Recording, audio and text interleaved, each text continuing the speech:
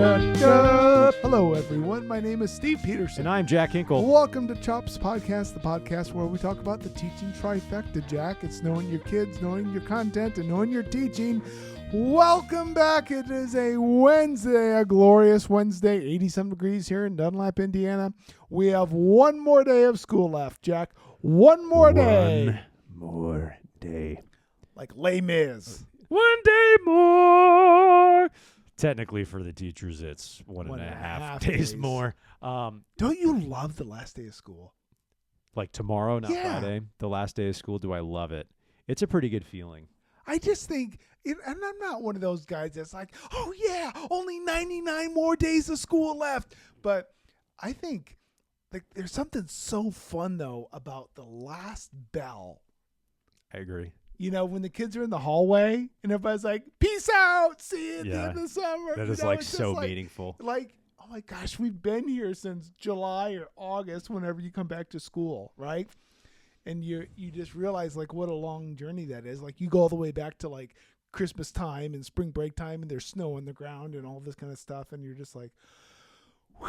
I can remember as a senior, because our seniors don't come to school on the last day. Tomorrow, right? So tomorrow. Our seniors had their last day today because seniors do a commencement practice in the morning. And then this is kind of cool. I imagine a lot of schools do this, but they open up the elementary schools for the seniors to do walkthroughs, and they're in their cap and gowns and they walk through the halls and like high five the students. And it's, you know, it's twofold. The seniors get to go out and like see their old teachers and hang out with the kids. But, you know, for those students, it's not that far away. You know, for those fourth graders, it's only a short 8 years. That is fun. It's very cool. And I remember when I was a senior in high school, I think I came back and I wanted to hear that last bell, the last day. Aww. I think I stayed in the building because like, I know I need this for myself. Aw. And so I got to hear that. I was sitting in the instrument storage room. I can remember it Really? very well. Yeah. I still remember it. It's worth the time. There you go. So it's almost last day, and then our final half day, we do our little closing ceremonies, and then you kind of get a couple hours on your own to shut down your room, do any last-minute grading, paperwork kind of stuff. Give yourself CPR. Yep. Resuscitate yourself. I'm going to use that AED on the wall, try it on myself, see if I can get going.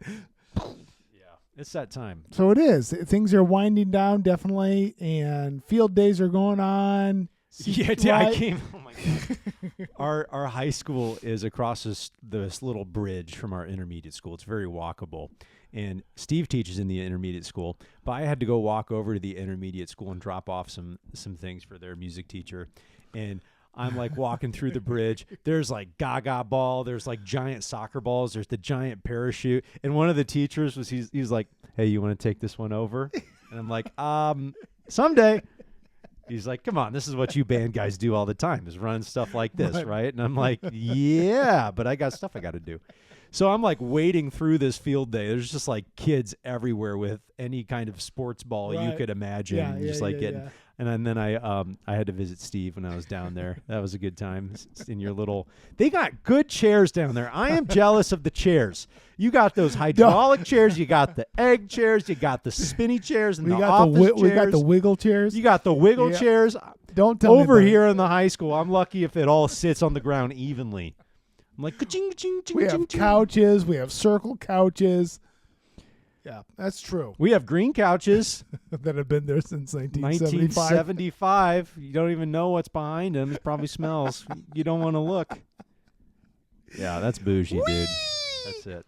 So we thought it would be high time to begin speaking about retention and what that can look like for your program. This is a time of year that can be very stressful for high school band directors and middle school band directors alike, because you're like, you don't know what your numbers are. And especially for those of you middle school directors out there that have been recruiting like crazy for the last months, and you're like looking at the final numbers. And I'm hoping that you're happy with those, but I have to imagine that is a stressful time. It is. And that is so important to the longevity and strength of your program. It's not all about numbers, but you need kids in front of you to play musical instruments that you can teach. Job security is about numbers. Right? Yeah. It's and you want to build. And so I think there's a couple different directions we could go about retention, for the upcoming year. There's a couple different groups to talk about, like from grade 6, 7, 8, and then maybe up through the high school and what that looks like. And then also maybe what are some strategies if you know a student is not going to continue. What is your MO of how you work with that student? That's do a you good point. do you ignore it? Do you come to face with it? Do you investigate it? What do you do? Yell at them in the hallway. Yeah, That's real. There's a lot of different emotions to that whole process, and that process, it's kind of always ongoing, isn't it? Retention is always ongoing, right? And even though like you're in July, like the end of July, like you'll start up marching band the end of July, like you're still building retention like for the remainder of the year, like, and making sure that the summer program goes okay, and then the fall program, and then the winter program, and making sure kids are on board, and then making sure like when they look ahead to the next year's school year that they're getting signed up. And so it's kind of something that's always, I was always aware of it. Yeah. I think of back in the old days with I think Mr. Spradling being the head director here, we never did like drum major auditions, right? Yeah. And if people asked, he's like, you've been auditioning since 6th grade. Yeah. Like your whole time here, like you're making a point. And I think the same thing can be said for retention. Yes. Right. That like our audition for retaining the kids, like, are we giving them a reason to stay? Yes. That's every day. Every day. Every day. And I think about what you've said, like you helped me look at classes early on that like at the end of the class, like if you just taught jazz band, like did the band get better? Right? What did the band improve on? But like, what did trumpet 2 get better at? What did trumpet 4 get better at? What did trombone 3 notice about the altos? Like there's individuals and then there's the band. It's like, obviously you want your band to get better every day, but like, what are the individuals getting out of it? And of course that could be musical, that could be emotional, that could be social, but what are the kids getting like every day out of the program? And are you giving them meaningful things every day that aren't just music or aren't just marching? Are they having fun together? Would you want to come back if that were your band? Right. Would you want to be in it? Right. And asking yourselves those questions. I ask myself that question now. I'm like, why do kids do marching band? Why do you stand out in the heat for 8 hours every day for your whole summer? Right. You could be hanging out with friends, but they're out there working and they're paying to be there. They're paying. So there must be something. Right. I don't know what it is. I used to think I did, but now I'm like, I have no idea. But they're staying, and they choose to come back all across the country. They choose to come back on the hot parking lot, 8 a.m. to 5 p.m., Monday through Friday, and stand on orange dots and play a piece of hot metal. Right. And they do it year after year. Year after year. And then some of them go on to do it longer in college or in drum corps, and you're Right. like, wow, it's amazing. So let's begin with the obvious. Retention is a 12-month process. Word. Okay. And I think if we're not thinking about that with our students, it's probably, I think we got to be real, because I think it is 12 months a year, and that we think about, I don't think we need to stress about it 12 months a year, but I think you need to be cognizant. But it does, come around in like winter, early spring, when students start making out their schedules, whatever that is for your school and the way your calendar works. But, the lists start coming through. Or maybe you have a sign up for marching band. You have a commitment form or a registration form, whatever it is. And then you see physically who's signing up for band, right? Then you start looking at the rosters and you notice who's in and who's out, right? Then you hear some rumors. Yes. Like, yes. so-and-so's not going to do that this. today, man. I had that Yeah. today. I was like, I heard this person's not. And I'm like, what? Yeah. And then you Talk always to me. hear about stuff backdoor, right? Yeah. Or people say, I heard everybody's not going to do it next year. We're not going to have a drum line. We're not going to have a drum line. line's quitting. Yeah. All of them. Yeah, We're going to go that's work what at I Flavor heard. Foods. That's what I heard. And just with the Concord system over the years has been the marching band invites like to the 8th graders up to the juniors for the next year's season would be done like around March and April, right? The kind of the show promo or the calendar and looking ahead, and this is what we want you to be a part of, and this is what we're looking forward to doing, and maybe a little cut of the music or something. And then you do something called commitment forms, which gives all your personal detail on it. And then you usually do some kind of financial down payment. And basically you're saying, you can count on me because I know this is a show specifically written, and I understand if I show up, I'm going to have a spot in the show. If not, there could be consequences for that. And this is our, so those start coming in, right? And then they come in, and then you start kind of cross-checking them about like who you have in your class, like one of the 3 concert bands, and start, looking at who's in, who's out, and then starting to have awareness of like maybe who didn't sign up, or maybe it's because they forgot to turn in their form, or you talk to them and then you find out they're not returning. And you did this when we team taught, but you would say, please let us know if you're planning on not joining us. It is fine. You all have done marching band for a year, which, by the way, this is part of our program. We require all of our freshmen, if they're staying in band, to march at least 1 year. Mm-hmm. And it is mandatory. And for those of you listening that are also unclear on the program, our marching band is actually co-curricular, and we have it as a class every day.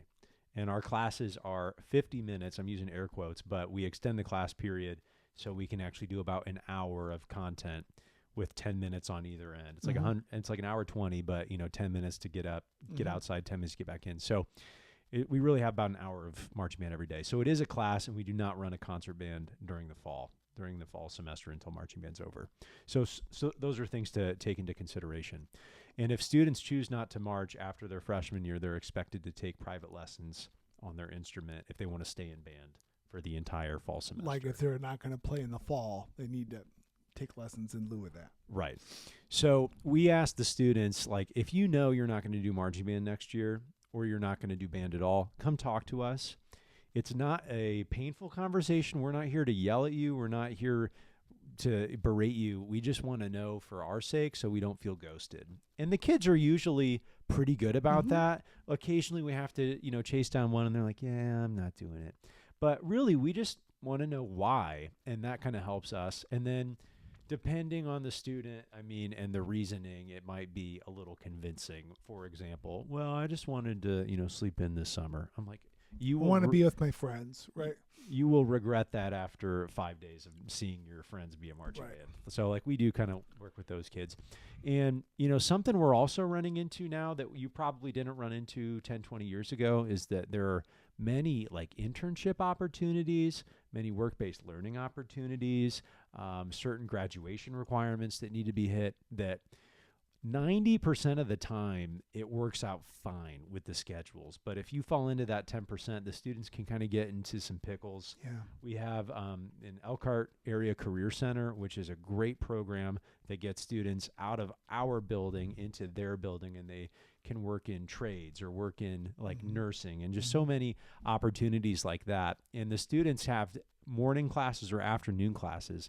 If they do the morning classes, it works great. But if they have to do an afternoon class, it does conflict with marching band. So there are some extrinsic factors like that do need to be worked around. But again, pretty niche scenarios and not many kids from year to year. Yeah.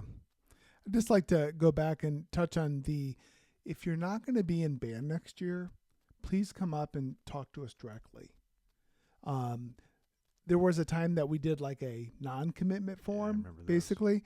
But I think what we would say to the students would be, we assume that you're going on and assume that we want you to be a part of the program unless we talk to you. And we assume that you want to be a part of the program unless you talk to us. But just as a way of being a part of the program, and if you're going to exit the program, please let us know, like to our face, and just let us know why. And really, that's all it is. Yep. And it is not, I think you and I have both been we've seen situations where maybe you feel like there's too much of a heavy hand getting a kid to stay in band. Yeah. And that ultimately leads to problems down the road. That ultimately leads to kids 99% of the time that don't want to be there, that kind of raises up concerns later on. right? Most of the time, like Jack said, there are times that maybe you can talk to a student, counsel a student saying, oh, I really think this is probably best for you at this time. And, they can still sign up and be a part of it. But I feel real strongly about that. Like if they don't want to be in your program after being in it for a year, that's okay. Yeah. My sons did 1 year of marching band, and then they played soccer full time. The rest of it, they could have done both, but they marched 1 year, and I'm the band director, and my sons did it, and it worked. It's fine. And they had great times in jazz band. It all worked out. It all works out. So, I felt better like doing it that way, having the students come talk to you about what was going on and just make sure the communication was good, because it can kind of drag on if people don't tell you, and that's kind of lame that way. Would like to go back to the we make kids do marching band for a year. That's something that's been around for like ever here, right? And I think the idea is that if we don't enforce that to do it for a year, we'd have a lot of people not go on. And Mr. Golden, who is now director of music but used to be the junior high director, he would tell his 8th graders, like, you just have to take a leap of faith. It sounds crazy when we describe it to you, but you'll get it. At the end of the year, I promise you'll get it. And I was just telling Steve, like our youngest band, mostly freshmen, it's like everybody but one kid is choosing to go back. Awesome. And so many, awesome. And they all talk about marching band. And if you ask any kid at this school, 80 to 90% of them will say their favorite thing about band is marching band. Probably that number's higher. Yes. And it's just something about it. And, as an adult who's been working with the program but not a member of it, I think I forget those days, and it's not as easily as tangible as it once was, but the kids must know, and they just love being out there with their friends. I think each other is the greatest retention tool. Yes. So there you go. There you go. That's the marching band side of retention. Right. What are other things what are some like more tangible things that you think keeps kids coming back at the high school level? Boy, like think about like jazz band. Jazz band, I think. Jazz band. What's that? I like to think about jazz Yeah, band. think about jazz band. Shout out to Jack and the staff. Gave a great Jazz Cafe performance Friday evening. Did post a pic on the Chops Instagram. I saw that. Another one in the books. Yep, Jack did a great job leading things along for a number of the bands, along with Mr. Chris and Mr. Preheim. Great stuff going on. We have so much pulled chicken in our fridge right now. It's like 10 pounds of it. Leftovers. Oh my gosh. Jazz band. Think about that. I feel like that one I already kind of knew what was going on. Yeah. Like you kind of knew if the switch had flipped or not. Like this is not going to continue. And most of the time it had. Yeah. But it is like something like you want to see the students in jazz band not just try it for 1 year, but you want them to be a part of it. You want them to be a part of the culture and build something. So that is important. But again, if I didn't have a good feel for who's going on, or if I was like way off, that's shame on me. Yeah. For not getting in there and figuring out what's going on. Well, and now that we're on our semester schedule, we're pretty early with auditions and moving people around. And you're right, it's pretty straightforward. But man, I will tell you, okay, Guitar Center's slogan, I think it still is, we sell the greatest feeling on earth, right? And I think performing with the jazz band, when you feel really good about your tunes and you have some like really good camaraderie with your band, and I'm talking as a student, not as a teacher, like when you are vibing with your band and you feel good about what you're playing, that is like the greatest feeling on earth when you're performing. Right. And when we did our Jazz Cafe wrap up with Jazz One and just like talking about highlights, they were like the energy on stage for our closer was like incredible. Yeah. And they were so happy about that. And that was like the thing that they remember. It's amazing. And that came across. But like talking about that as like retention is that like you cannot get that anywhere else. Cedar Point will still be there whether you go on your 6th grade band trip or not. You know, your friends will still be around whether you're in band or not. But performing with your buds when you have an awesome musical thing going on for a really cool crowd, when you have lights and you have sound and you have a packed house, you can't replicate that. Right. And the same's true for like performing at Lucas Oil for State Fun. You can't replicate that. It's like that. That's the feeling. And it's not just the music. It's like music with each other. Yep. That's why we all do this, right? It's the synergy. Yeah. You get that kickback from it. That's unlike anything else. That keeps you coming back for more. I think it's, one thing just about like retention and recruiting for jazz band is, the moving around of the pieces, right? Like for jazz band here at Concord, there's 3 jazz bands that are curricular and there's one that's after school only. But, thinking about, each of the bands is fully assembled as a full jazz band. Right. Full instrumentation. Full instrumentation. So you think about if you have 18 saxophones and you have 3 bands, like what's the best way to divide those up? Yeah. Maybe you have 25 kids try out, but you're only taking 18. But what does that number look like? And who do you need to shift up? Yeah. Do I keep this kid in jazz 2 as lead alto that could totally shred, or do I like put him in jazz 1 as second? Yes. What does the band need, but also what does that kid need? Right. And then how does that student pair up with other students? Like kind of where is their social hub? Yeah. Like who are the kids they're running with? And not that you have to be, prisoner to that all the time, but that's certainly part of it. Right.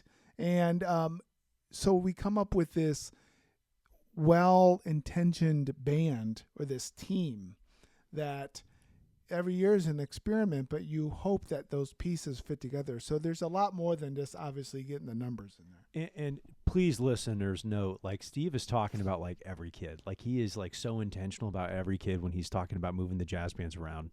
And he did speak of like this is a 12-month process. So if you would like to tie up retention in a nice little phrase, go back to Steve's every kid, every day. That's your retention. That's your program, right? And making sure that you do your darndest to get in there with every kid every day. Right. You'll have large numbers coming back. Right. If you have to plead kids to come back into your program, obviously something is broken. But I don't know. But it did bring stress. Okay, let's go to 6th, 7th, and 8th grade. Right, 6th, 7th, and 8th grade. I taught that for many years at Concord Junior High School. I've never taught that. But you taught beginning orchestra. I taught beginning orchestra. And 5th grade. If I got to teach like 2 classes like all day, every day, I would teach jazz 1 and 6th grade band. Gosh, that does sound pretty fun. You loved your 6th graders, Oh gosh, right? 6th grade was Why'd you love them? hoot. I mean, just like 11, 12-year-olds coming in like, hey, Mr. Pearson, hey, and just like this energy that's like, I know nothing about my instrument. Everything you're going to teach me is new. This is hilarious. These sounds are crazy. It's loud in here. And all my friends are in here. Are you kidding me? Like, it was fun. Like that, like summer teaching for the beginning band, like the, before school started, the month before school started, beginner camp. the crash course and getting going. I mean, that is like high level, high payoff, high reward teaching, because you're getting to know these kids. You're trying to form a relationship with them, but they have zero skills, and then everything you teach them is new, and that is terrifying or really exciting, because everything they do in their instrument, for the most part, is because you told them. Yeah. So if it ends up being like a blemish and it looks bad or sounds bad, point to this guy. Or if it's going well, then you can, okay, this worked. But, you get to see that like every day in action if these kids are getting what you're talking about. But then also, more importantly, you get to define the culture of that group, You get to define the energy of that group. You get to define like the humor level, or the strictness of it, or the punctuality of it, or the organization of it, or the discipline. You get to create that from ground zero. And so that there's no other class like that in the music program except beginning ba-ba-ba. Yep. Right? And you get to build that from the ground up. And again, which is terrifying, because if you notice that your tower's leaning, you're just like, it's humbling. But I like the energy.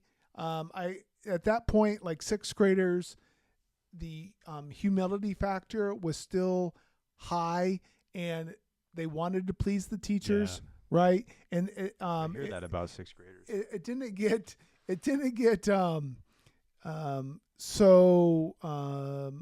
like junior high, sarcastic. Is that where you're going with? But teachers aren't. It's not as important what the teacher thinks, or like pleasing the teacher. Like developmentally appropriate. Yeah, exactly. You're going away from the mainstream, and that's kind of like your job. But in sixth grade, it's still like, what can I do to be successful? So you kind of ride that way for a while. So you're putting in the deposits, like in sixth grade. Exactly. So then you just hope that you fortify the bank account enough. You hope you have enough savings, and you have enough trust and enough love and enough goodness and musicality and posture and musicianship that they can make it through junior high, that they can make it through 7th and 8th grade, and then come to you eventually as freshmen. But you just hope that you give them all the love and all the goodness you can as beginners to sustain them through the dark times. That's junior high.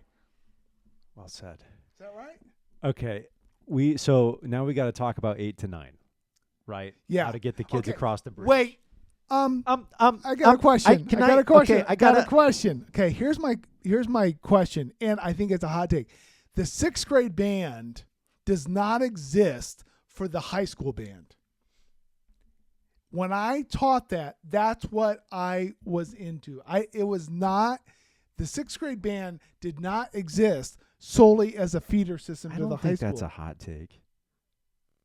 You're saying it's its own entity. Absolutely. Yeah, that's I'm with you. I don't know what listeners are like. No, that's wrong. It's all about Lincolnshire Posey. Get them to the high school. No. Right? What? Why are you looking at me like that? I think a lot of people think that. Why? Am I going to get roasted in the comments right now? I think a lot of people think that. Tell me I'm wrong. Are they junior high teachers that think that? There are people that have the whole program, but yeah. Did you ever look at Jazz 2 as a gateway to Jazz 1? No.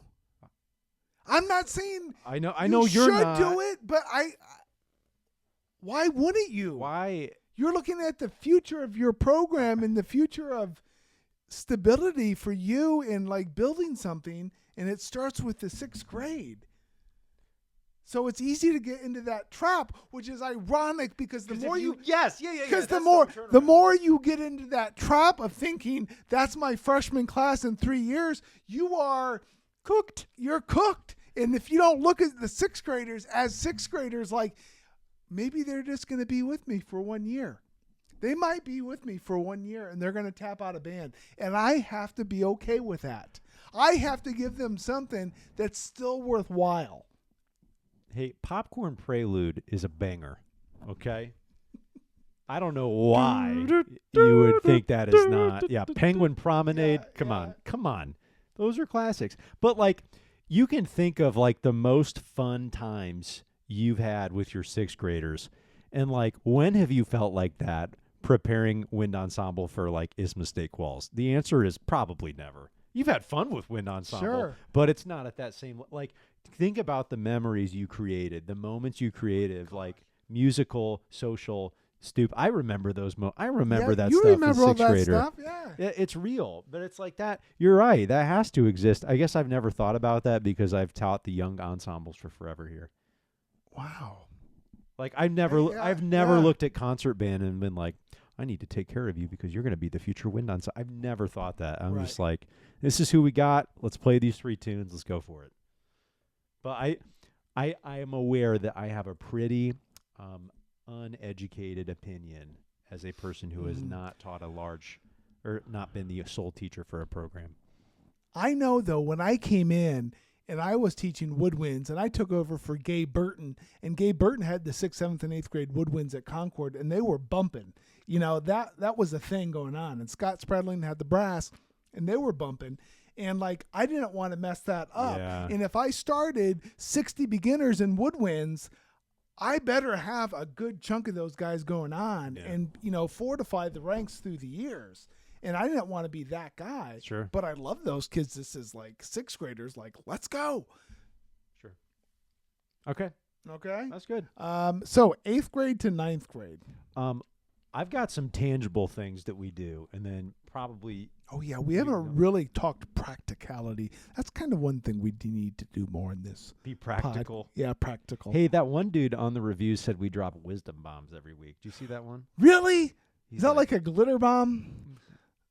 I'm sure it's just Sure like it a is. glitter bomb. Okay. Wisdom bombs. Wisdom bombs. He's like, I think he said he's like switching to teaching as a like second career, and he's like, you guys reaffirmed me for a wisdom bomb. So hope you had heard some wisdom bombs today, Okay, but okay. maybe we'll start dropping some practical bombs. Okay. That sounds bad. Okay. Practicality bombs. How's that? Okay. Practical, real, tangible things we do throughout the year. And when I say we, it's really like Mr. Golden and Mrs. Nouse, who have been heading up to junior high. Every year, we have an 8th grade pep band night, right? We bring the 8th graders to the high school to play with the pep band. Very easy thing to do. They, of course, buy pizza. They encourage the kids to go do, like, mingle with those kids. That's one thing. Another thing we do is we took the jazz bands over to the junior high on our extended trip for the weekend. And you've done that. I've done that. We play for 8th grade. We play for 7th grade. And they play their, like, a tune and then do a little welcoming committee for the kids where they do a little, like, woo, as the kids walk into the And play in the band room, not play in the not band in a room. concert It's hall. low key. It's fine. Right. Last night we had our band banquet, which is where we honor all of the band students 9 through 12. We also invite the current 8th grade class as a way to welcome them into the band program, as marching band is going to start for those kids in a little over a month. So those are some things. And we just had band festival, which was our 6 through 12 band concert. And we do really encourage the high school students to speak to the younger students. So there is like this continuation going on where we're trying to get the older students in with the younger students, and get some camaraderie built at an earlier age. I would also say that some practicality of retention is based in the performance quality. I think that's fair to say. That's good. Like, I think about Carnival, which is our concert variety show we do in the spring, and there are like a ton of groups that do things, and a lot of the groups perform very well when they're individuals. And I mean, that's a community show, but we invite the current 6th graders to come to that show and watch. And, you know, I think about Jazz Cafe. I mean, who would not want to play on that stage with Absolutely, that light show, sound show, yeah. all those microphones? Yep. And there are a lot of 8th graders and 7th graders in that audience. And I told my kids, I'm like, when you perform and there are kids around, like, your goal is to, like, get these kids going, oh, I want to play that. I want to do that. Yeah. So it's just, as you said, it's constant, but those are some, like, practical things that we do that are tangible to help retention. And I think also along with that, those tangible ideas, like, okay, you had mentioned like Cedar Point with the marching band. Yeah. Okay. I think Cedar Point was put in, I don't know, 15, 20 years ago. 2009. When Jack was a freshman. Bum, bum. And we started going there, but it was basically after band camp. We had been through maybe 3 weeks of band camp. You're a pretty new band. You got the school song and some other little pop tune. You get your son a uniform and you go 4 hours down the road and you hit the coasters all day. Or Starbucks if you're me. Or Starbucks if you're not into the coasters. But the idea, though, that you're creating this very memorable moment, you know, going from like 4 a.m. to like midnight, right? And you're riding the coasters all day and you're forming and forging those friendships. And then you get to see the staff away from the high school. Like maybe you're riding the Millennium Falcon. right? No, Millennium Force. Millennium Force. Sorry Millennium about Falcon's that. the Star Wars. Oh my gosh, Millennium Force, where you're sitting next to a student, right? Yeah. But you're creating those things that maybe educationally is it the best thing of all times? Well, I'd say yeah, it's actually pretty good value. Yes. You Yeah. know, for kids feeling a part of something. Sure, it is. But obviously, we have a lot of teachers out there doing great things with their kids and different experiences that heighten their awareness of saying, I really like this. I like the people I'm with. For sure. 8 to 9. What about non-tangible? What about wisdom bomb? 8 to 9. I think the wisdom bomb is going back to like maybe what some of the other directors had said, just like trust us in this process. Trust us, like we've gotten you here from 6th grade to 7th grade. Well, you told me I just needed to try it 1 year. Yes, we did. But from 8th grade to 9th grade, you are entering a totally different zone. And the expectations are similar, but the way we're going to do it is going to be totally different. And you have no idea what it's like. Even if you've seen the marching band, you have no idea what it feels like to experience these things. Give it a shot. Just give it a shot. And then after that, no worries. You choose. But I think just the opportunity and, also I think, where like we can be so influential with students saying like, I'm going to be too busy. I'm going to, going from 8th grade, I just want my summers free. I just want time with my friends. And kind of what maybe that's code for is like, I'm more comfortable staying inside in the air conditioning, which some kids do. But also there's a part of life that goes on at your school where you huff and puff and sweat and you're playing music and you're running around and it's a good time and you're exhausted and you're sunburned and you're like, this is amazing. And you would never think your 8th grade emo self would want to like lean into that and say, I want to do that. Is that right? I think so. I think there's a lot of ownership that comes with your sophomore year of the marching band, even more as a junior. Because you know better. Because you know better. But you do know better. You get to come to freshman band camp and be a leader. Like you get to help teach the kids. You literally know better. It's your job. You know what's coming up. You do. And you know the staff. You know the expectation. And you know of the the staff. payoffs that are possible. And I think something that, feels a lot more as a cooperation than a teacher-student relationship is like marching band. Because the kids know where it's going. Marching band is so formulaic. It's like you got to learn the drill, you got to learn the music, put it together, GE, right? The kids know, and they trust us to like lead them in that process, and we trust them to do some other sorts of leading in other processes, right? And so there is this cooperative effort in marching band that I do think has some payout for retention, because where are kids getting that in public school? Yes. How many times are you and your teacher on the same level, like you know where you're both going? Like never. Right. In a core class, no one knows calculus coming into calculus. Nobody knows Shakespeare. Well, I shouldn't say that. Very few people know Shakespeare coming into English 9, right? Right. No one's dissected a pig before as a hobby, right? That's good. Marching band's the only place. You're coming back for more. Yes. And you know where it's going. You don't know how to play the notes and rhythms yet. You don't know your dots yet, but you know what it's like to learn the notes and rhythms and learn your dots. You know what October feels like when it comes to the end of the year or season, putting everything together. Yeah. You know what your directors are going to do. You know how to emulate that process. That's why we have leaders, because they know. And there's a lot of buy-in to that because you're a part of something that's like so big and so cool. Yeah.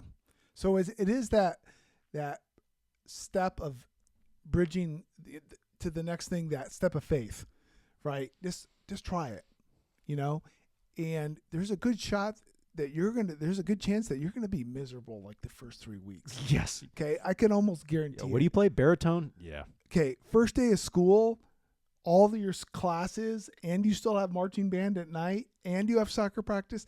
Yeah, you're gonna hate it. But talk to me in October. Talk to me in late October. Talk to me on a Sunday morning before semi-state. But talk to me after lunch on your first day of school, because aren't you glad you had all those Woo! guys to sit with? Right? Boom! Talk to me on your first Friday night of high school where you had a section party to go to. Yep. Like there's so much else going on. Yep. And I think the kids now are better than they were 10, 20 years ago in terms of like being inclusive and having like a bond. Yep. I think that they are like all over that. Hot take. Social media is serving us well for this. I do think so. I think so. Because they can just shoot out like on the, section group chat. Hey, party at Jimmy's house tonight. Bring your floaties. Right. Like, and then everyone goes and hangs out. They just act stupid. They have a bunch of food, but they come back on Monday and they're like, gosh, do you remember that when Jimmy like jumped in the pool? Yeah. And it makes, the 6 to 9 rehearsal that night a little more bearable. Good point. So there's Good stuff point. going on. Yes. Okay, and now a practical thing that's probably only practical for us because we're the only school like this. But our junior high directors are also high school directors. Mrs. Nouse, Mr. Chris, Mr. Allman all teach at the junior high. They're all band directors at the high school. Mr. Golden used to teach at the junior high, is now only at the high school. I am only at the high school. So when all those students choose to come over for their freshman year and stay in band, there are already 3 familiar faces. Yeah. I think that makes it easier for retention for us. I think we have a leg up. Yes. As opposed to having maybe 5 independent middle schools that cut ties in 8th grade and then you go over to the high school where you don't know anybody. Or even just one middle school with 2 band directors that stay there, and then you have like 2 band directors here, Yep. Like we have our system set up.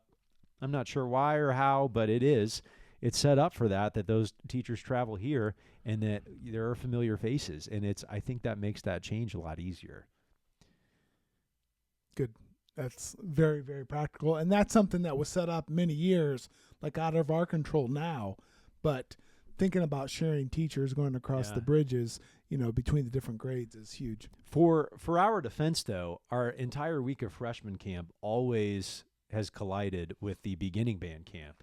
So it's always been only the 2 high school directors that teach freshman band camp. So the high school, the freshmen are not with they're not with their homies. junior high. They're not with their junior high crew that they had. Yeah. So like this past year, it was Mr. Golden and myself, but Mr. Golden had previously taught at the junior high that year, so he knew everybody. He knew all the kids. And I'm like walking in there like, hi, I'm Mr. Hinkle. What's your name? Hi, I'm Mr. Hinkle. What's your name? Right.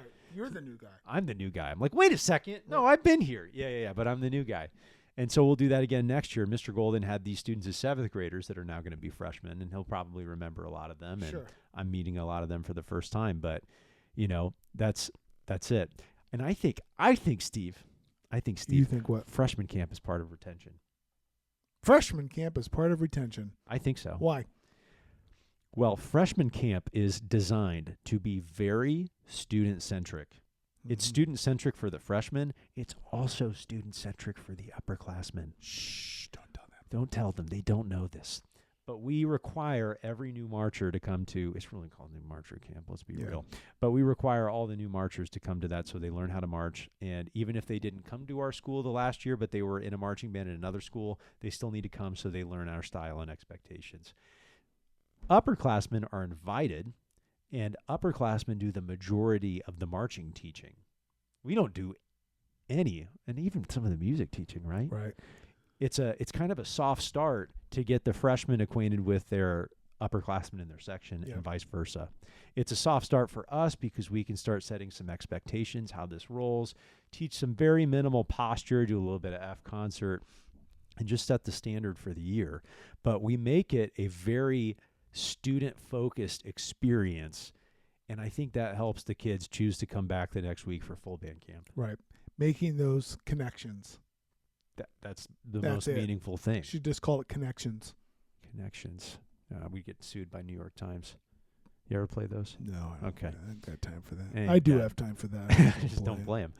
No, but everything I mean, honestly, all the stuff we do is just student focused.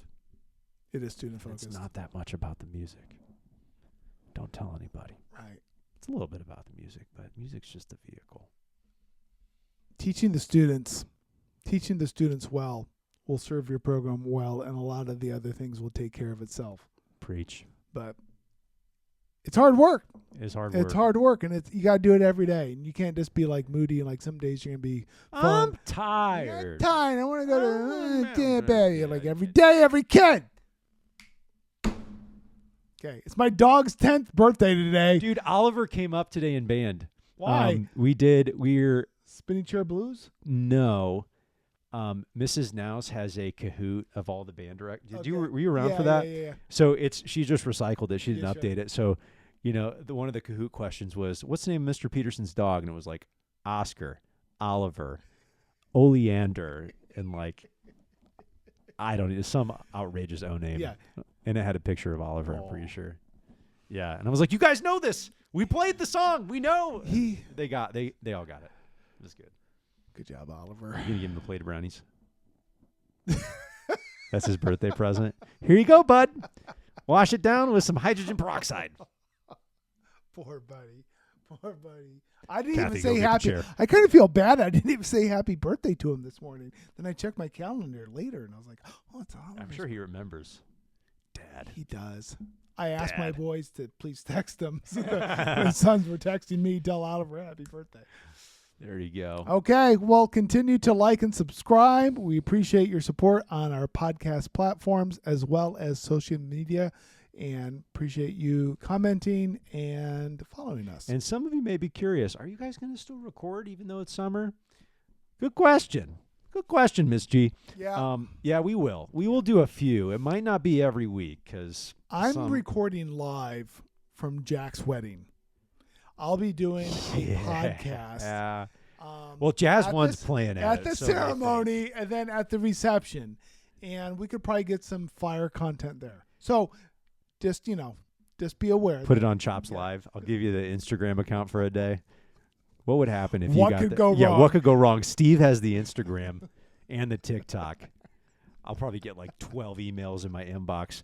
Your account has been banned. Your account has been banned. Gosh, there it is. So we'll get a few out. We'll get a few out. Yeah, to we you. will. We'll work hard. We're all about content. You know us. Look at us influencers over here. Dunlap, Indiana, greatest place to be an influencer. Dude, our Elkhart reel, that got us some traction. People were People are kinda like, mean. on it. they're like, FYP is too close. Yeah. It's too close to home. Go away. No more. I don't want to hear about Elkhart. Yeah. Sorry. It's true. Okay, so for Steve Peterson, And Jack Hinkle. we're out of here. See ya.